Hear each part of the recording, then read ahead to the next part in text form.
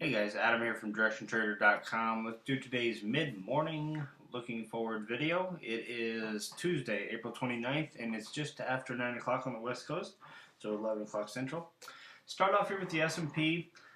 One trade today in the trading room, guys. It's been a kind of a slow day. We have this triple top kind of formation here, so we do have some resistance above us. We have all the moving averages, all the momentum here, even the faster term, intermediate term, all the moving averages here pointing in our direction. So any type of upside move that we get in the market, we've been talking a lot about taking the S&Ps, using the S&P for the upside, using the Russell for the downside. It's just the path, simply using the path of least resistance. The S&P has a path of least resistance because all the momentum is underneath us, helping us to the upside. And the same way with the Russell. If you look at the Russell, which we're going to look at here in a little bit, we got like the faster period moving averages coming down on top of it, helping this thing go ahead and push on down. But as of today, we had this nice little pop up in the market. We had a gap up. We've been chopping sideways for the most part all day, but nonetheless, still have that bullish strength behind us because of the pre-market move and this move off of yesterday. Remember yesterday we were trading all the way back down and then had this big rally into the close yesterday.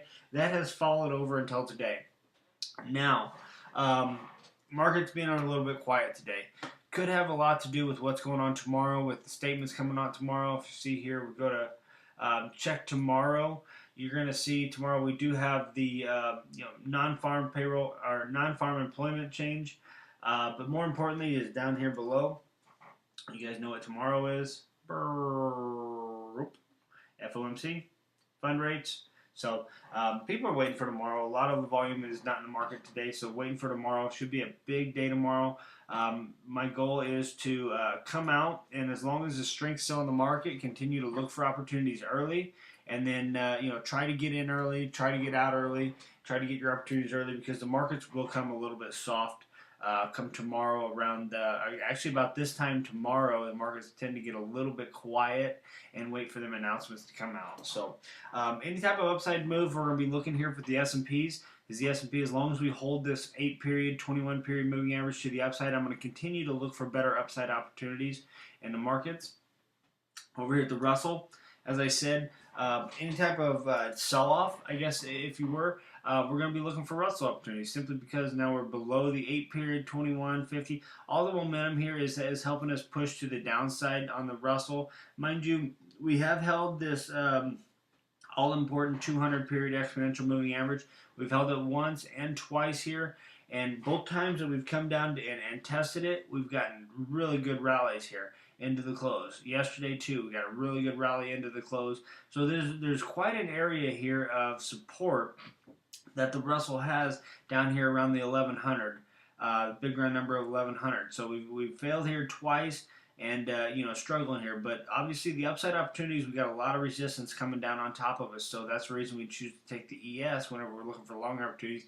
It's just the path of least resistance. So, and then quickly look at the bonds. We've been looking at the bonds quite a bit here recently. I want to keep on these bonds and keep note of exactly what's going on here. We have a couple different levels of support and resistance. And we got one up a little bit higher. We have some resistance up above back in history here, guys. But a couple different levels of support and resistance, and then we can revert back to these lows down here. Recently, we had the bonds push up, retest these highs, pull back, just use support here, and then we're like hitting our head. So I don't know if we're getting ready to form a double top here and roll back over, or if this is just going to chop around here a little bit before ultimately heading higher. It's going to be a big factor in what we do with the stock index futures moving forward. So I do keep my eye on the volatility index and the bonds on a daily basis here because just very, very interesting. Some interesting stuff going on. The one thing I do want to note is the divergence. We talked a little bit about the divergence in the room here, but I wanted to note the divergence that we do have going on here. So I'm just curious if we can start to break here and start to get a jog back to the downside. We will get that upside opportunity, guys.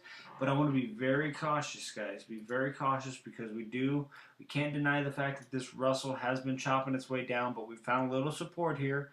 So going to be very patient. But one thing I did want to point out today is watch out for tomorrow.